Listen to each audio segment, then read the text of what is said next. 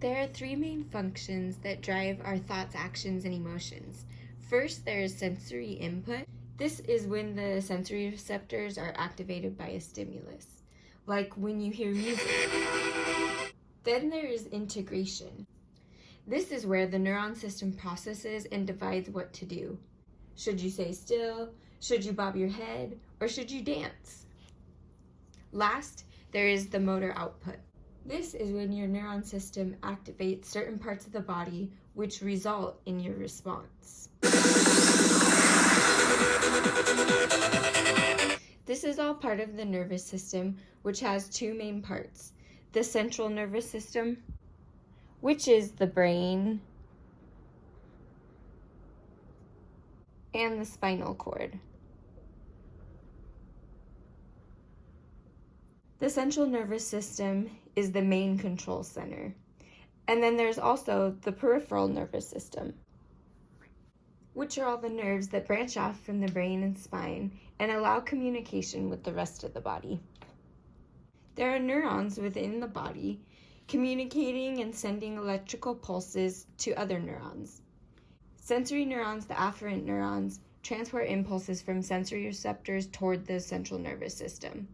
Motor neurons, or efferent neurons, move impulses from the central nervous system to the rest of the body.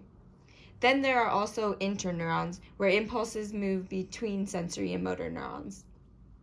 Now let's look at how these impulses or signals work. Here is a neuron.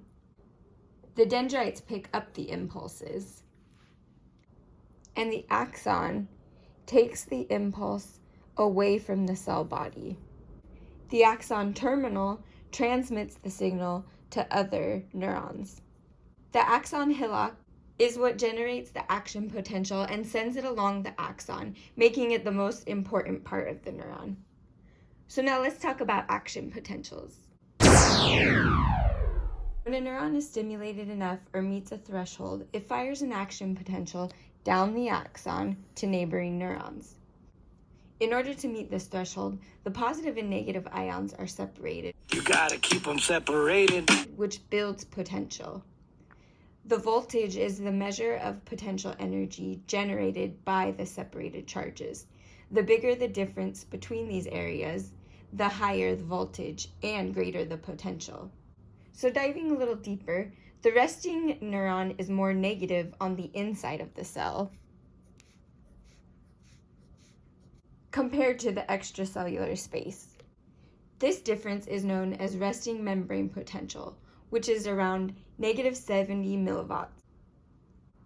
Outside the resting neuron, positive sodium ions are floating around. Sodium wants in. Inside is positive potassium ions, but they are interacting with bigger negatively charged proteins. The sodium-potassium pump takes in 2 potassium ions and releases 3 sodium ions. This creates a difference in concentration of sodium and potassium, and in the charges. It is more positive on the outside of the neuron, causing a gradient which allows voltage-gated channels to open and let ions inside. When gates open, ions move in quickly and level out the concentration. To send signals along the axon, there needs to be a big enough change in membrane potential that triggers the voltage-gated channels. This is an action potential, causing the resting neuron to depolarize. At a resting state, the gates are closed and it's at -70 millivolts. An environmental stimulus occurs. The stimulus and resulting change have to be strong enough to cross a threshold for an action potential to kick in. The threshold is about 55 millivolts. This is the all or none law. If the threshold isn't met, nothing happens. If the threshold is met, it fires an action potential and there is no going back. If the action potential is fired, voltage-gated sodium channels open. Sodium rushes in, making it very depolarized and positive. Peak depolarization is 40 millivolts. The action potential sends the signal down the axon through a chain reaction. Repolarization sets in after peak depolarization, and voltage-gated potassium gate opens, letting potassium ions flow out to balance charges, an inverse of electrical charges. It goes too far for a brief period known as hyperpolarization. Voltage drops to -75 millivolts.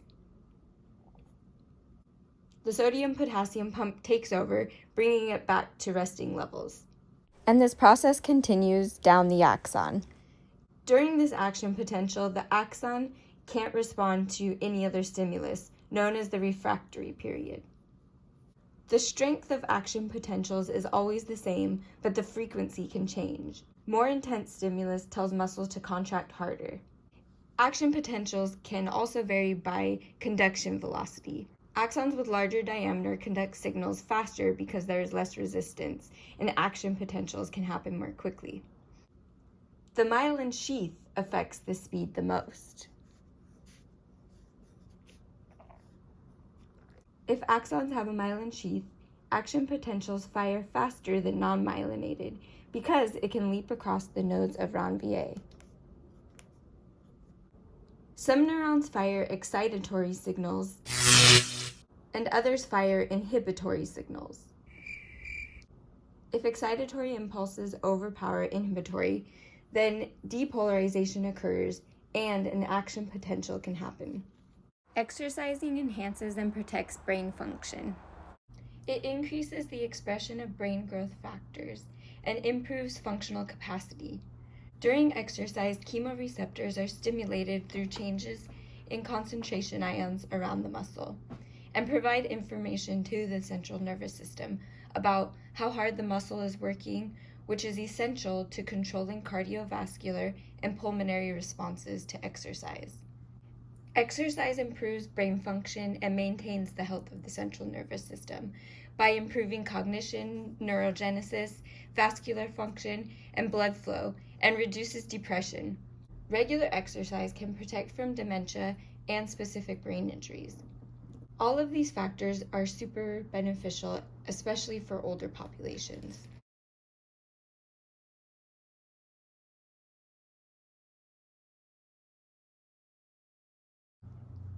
Exercise increases neural networks after weeks of stimulation. After about 6 weeks of exercise, neural adaptation occurs. Now we'll talk about skeletal muscle. Skeletal muscle contains several sensory receptors that send afferent signals to other parts of the body. Within the tendon of the muscle, there are two important sensory receptors: muscle spindles and the Golgi tendon organs. These are vital for proprioception, movement, mobility, and balance, and are constantly sending messages to the central nervous system, which can communicate with other organs. Muscle spindles are embedded in the muscle. Both afferent and efferent neurons communicate with them. They are important for more precise movement, like movement of the hands to paint, and are connected with more neuromuscular communication and more peripheral and central nervous system communication. Bigger muscles like leg muscles don't need as much neural stimulation. Muscle spindles are constantly sending messages to the central nervous system, responding to dynamic changes in muscle length. The lengthening and shortening of muscles sends information to the central nervous system. Primary ending responds to dynamic changes in muscle length. Secondary ending responds to static muscle contractions. The Golgi tendon is on the tendon and watches the tension made by contracting muscles and sends information to the central nervous system. It tells the muscle to stop contracting to prevent injuries. Afferent signals continuously telling the central nervous system how much force is produced by muscles. When force is too high, an inhibitory signal is sent by sensory neurons. For muscle contractions, there are thick filaments, the myosin, and then thin filaments, the actin. These make up the sarcomere, which is part of the myofibril and components of skeletal muscle. And this is a closer look at the myosin and actin. So now back to action potentials. An action potential travels down the axon of the motor neuron to the synaptic knob. At the synaptic knob, voltage-gated calcium channels open. Calcium ions bind to vesicles which contain acetyl-CoA.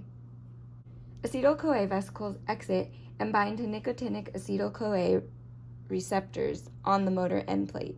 Once receptors have been activated and sodium channels on the sarcoma have been opened, an excitation signal travels across the sarcoma and down the T-tubule into the sarcoplasmic reticulum. Calcium channels in the sarcoplasmic reticulum open and calcium flows out. The calcium binds to the receptor site troponin. Once it binds, it moves the structure off the binding site of actin. When binding sites of actin open up, myosin can bind to actin. Sliding filaments occur, meaning muscles contract. Let's look at this more closely. At a resting state, no force is being generated. A new ATP binds to the myosin head, allowing it to release from the actin. ATP is hydrolyzed or broken down into ADP and a phosphate. Then the cross bridge puts the myosin head in a ready position. Calcium rushes in, binds to troponin. Tropomyosin is removed from the actin binding site and forms a cross bridge between myosin and actin.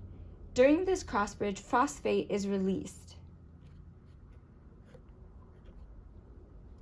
causing conformational change in myosin, but ADP is still attached.